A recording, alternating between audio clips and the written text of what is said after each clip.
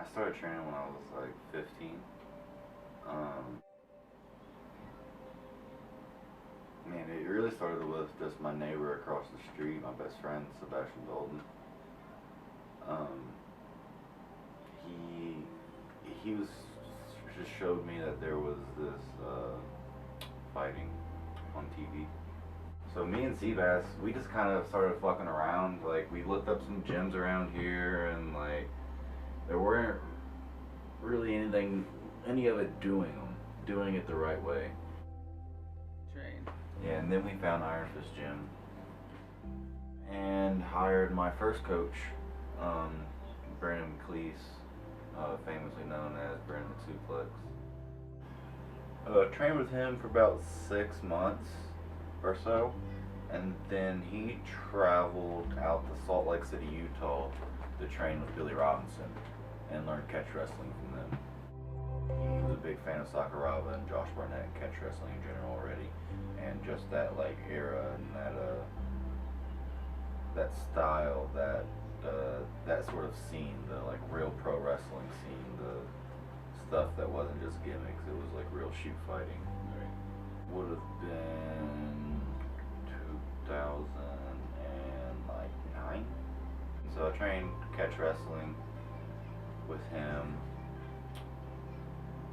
for a good bit, and I also learned Muay Thai and some other like various styles of like striking, just like a few things that he would pick up for his like arsenal and stuff like that he really liked from like Taekwondo or stuff like that. But he mainly had like a Muay Thai Dutch kickboxing style stand up, and then with the catch wrestling base.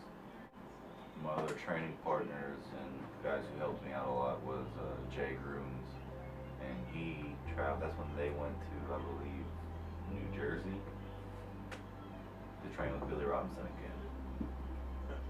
And they traveled once more training with Billy. It wasn't with Billy, it was with Josh Barnett and Wade Spiles out in San Diego. From there, Jay started being a coach. And coaching catch wrestling, and helped me like develop my passion for the sport. Then from there we did a lot of grappling tournaments. I was successful in a lot, and I lost a few of them. I think I ended up coming around with like a Naga belt. Bastards with assholes. I turned 18. I quit the basketball team and took a fight on like a week's notice. On like, it was like a month's notice. And then my first fight actually scheduled ended up getting canceled because like it was something weird with my blood work. Like they have to test for like the antigen for like hepatitis B. And not like the antibody, and they tested for the antibody, not the antigen. He was like, "You can't fight now, you gotta go get that changed." So they went and get that fixed, got that changed, and like rescheduled. Was able to find like a quick notice fight in like 2 weeks. He was like, "Let's do it," and I won it in an armbar, 46 seconds, I think.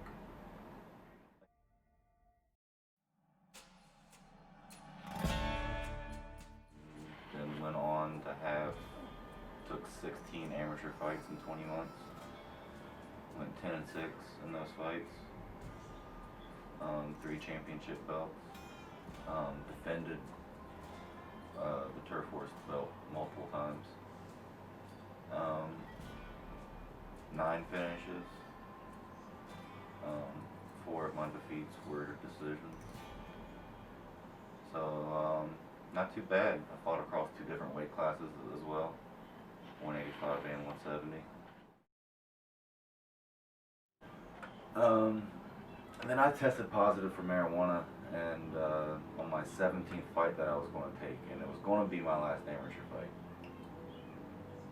So then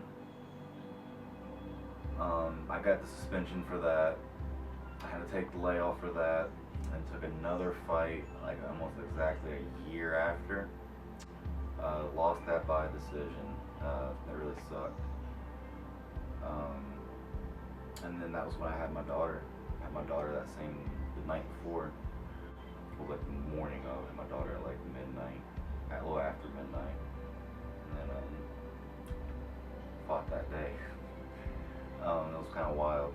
Kind of look back and think about it. So when I lose a fight and get half a paycheck, I use that same money that I would have won to feed this kid. So when I lose, that means I can't do it as well. So that's literally food that my opponent's trying to take out of my daughter's mouth. That's just not really cool with me.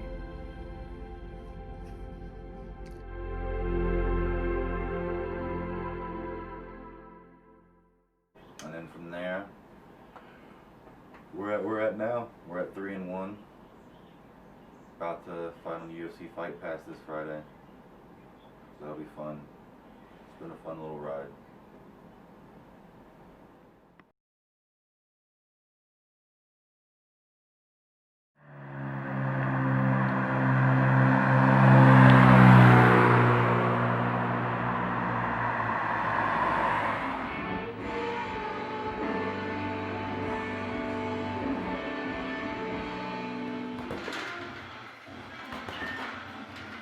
And the plan is we're doing 4 fights next year.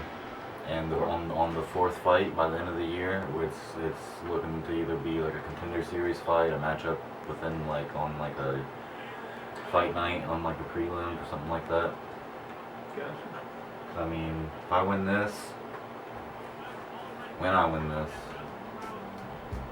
I'll be 4-1. Then 3 more on top of that will be 7-1. I'm not gonna not take easy opponents. I'm gonna take tough dudes the entire way through. I'm gonna take smart fights. All my dudes I'm gonna be fighting from here on out are all gonna have winning records. Until I don't. Unless they keep beating me. It's good luck.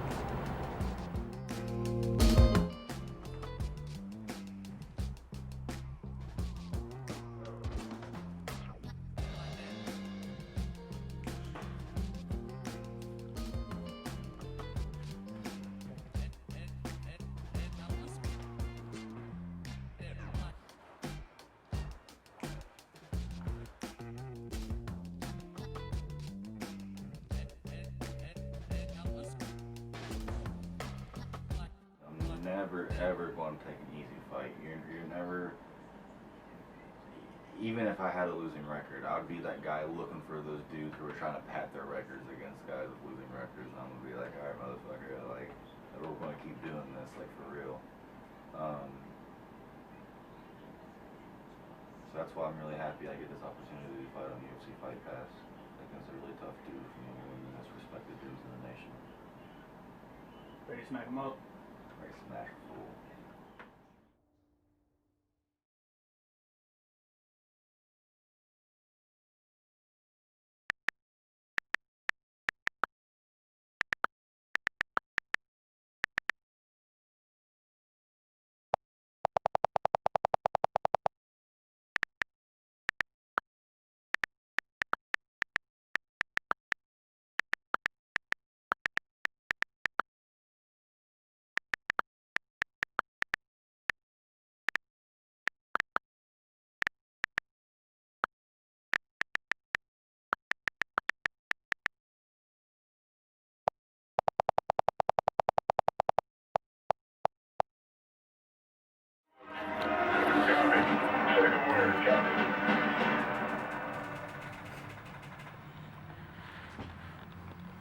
Can I have one of these birds? I didn't know.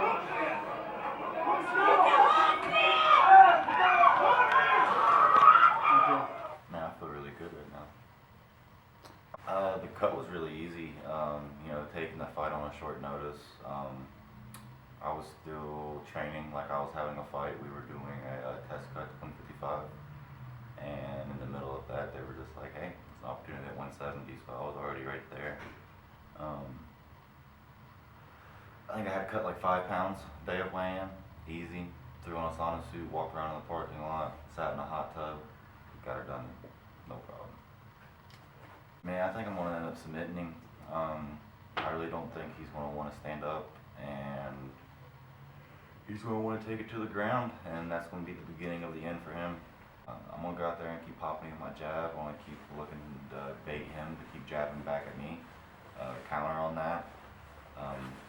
Pop straight kicks when I see him, and just react to his grappling. Make him react to me. He seemed cocky. He didn't really want to shake my hand. He didn't really want to say anything. He liked to pump out his chest and his chin and stuff like that. So I don't know what's going on in his head, but I know it's going to be a really, really hard fight. It's going to be like every fight I've been being in is always going to be the toughest fight. From here on out, every single fight after is always going to be the toughest fight. So I'm ready for, you know, a 3-round war. I just hope he is too. What are you looking forward to in your future? After this. Money. It's the only reason I'm doing this. Route. Don't be scared.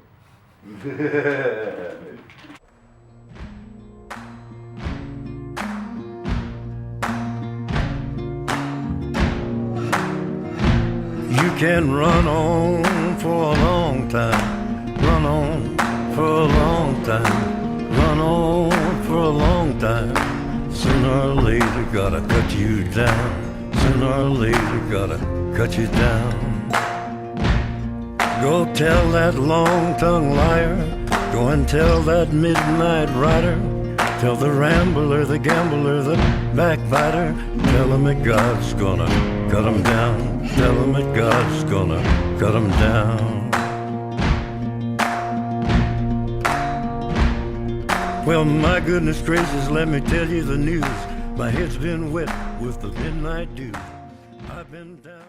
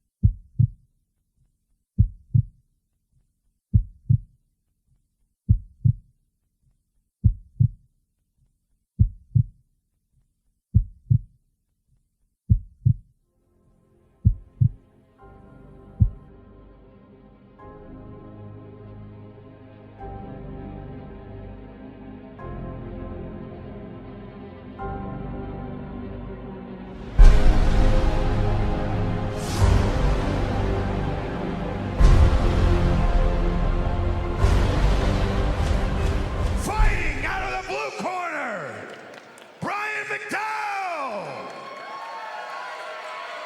And fighting out of the red corner, Devin Weber!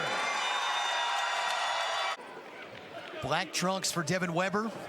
Bryan McDowell, the red, the green, and the black. Our referee, Zach Tybris, and our fight clock, Hoy Excavation. The first of what is 3 5-minute rounds. Our co-main card and our main card looming. Low kick for McDowell to start. He's come out really fast. Nice, huge And right. drop with a big right and hammering away Devin Weber with the big combination. Hammer fists. 32 seconds into this first round and McDowell is stunned. Weber's got that arm stuck. He's trying to pass over the mount, pass over the side, get this arm triangle, this tight submission. He's created a little bit of space between himself and the cage, which he's got right now. And this is a very close submission. It's gonna be hard to stop once you're still rocked from that hard punch. Got the right hand. McDowell, will he tap? Devin Weber looking for his 3rd professional win. Came in at 2-1. I'd like to see Weber sink back just a little bit with his shoulder here, just to pull that choke more back into the neck instead of on the chin. Wanted to take down McDowell and beat him on top. Well, as he Swiping it away, almost out of it. Yeah, McDowell's doing a very good job. And he's out. On the grappling, though. Look at that, working right back to his feet. And using that length on that body. 2 minutes into our opening round, fast and furious. This position. Oh, wow, McDowell turns it over and gets on top and immediately snatches up the neck of Weber. Got that left arm inserted. Bryan McDowell. And hips in, Weber's back up to his feet, clearing the elbow. Right back in on the hips. We have a fight on our hands now. Halfway through the first round. Tell you what, McDowell took this fight on somewhat short notice, but he's had 3 fights already this year. McDowell just trying to get to another round. Weber's posting, trying to drop some elbows. Saved by the bell. Wow. Into round 2 we go. Wow, for a fight we thought was going to be over immediately, man, McDowell really settles himself back in, controls everything, and now we're working to round 2 here. Maybe the resurrection for Bryan McDowell.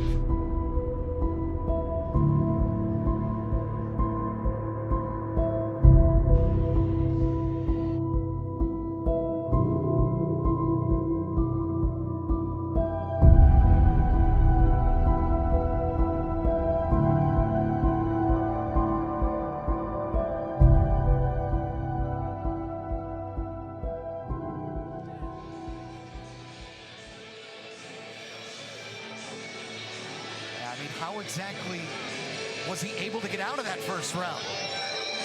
You know, he got rocked. He immediately started trying to control, catch the legs, come back in the guard, pulling Weber's head down, just trying to like get his thoughts back and everything. He's still trying to get everything under control. I think he's training a lot. He's been very consistent this year. He's just going on muscle memory and cruise control, and he's doing a very good job. I feel like James Krause, Grant Dawson, they're telling Devin Weber he needs to settle down a little bit, find his hands some more, and just take his time, and the finish will come. Now Bryan McDowell, who growing up a big James Krause fan, said it would, you know, he was just honored to be fighting somebody that James Krause had trained. He's coming out, throwing combination. Switch jabs into some kicks. I mean, he's still in this fight. He's ready to go. Weber goes right in for his takedown. It'll in. Yeah, they're really calling for him to get those double underhooks there and just kind of control the position. 1 minute left here in this second round. Devin Weber still on top, controlling. Immediately goes off to an arm triangle again. That thing's tight. Needs to settle his hips down just a little bit, finds his squeeze, pull his elbows in. Inside of a minute. This is very, very tight. McDowell doing a good job of getting his shoulder push away from his neck. Get a little bit of blood flowing there so he can breathe and move and circle. able to circle out of it. And fully out. McDowell on top. And now inserted, he got that left arm under the neck. Inside 30 seconds here in the second round. Bryan McDowell. He's hanging on, he's trying. Doing more than sticking around here at FAC 5. Is he out? Is he out? He's out. He's out. No. Wow, what a Bryan McDowell. Welcome to Fighting Alliance Championship. Man, fights out. It's a super close submission, goes in. Snatches up Devin Weber's neck, squeezing. That Martucci and Zach Cummings, that was something. I mean, the thought was yesterday that he's fighting for a little bit more than might be good on that promise. Bryan McDowell. All y'all back home and watching for me.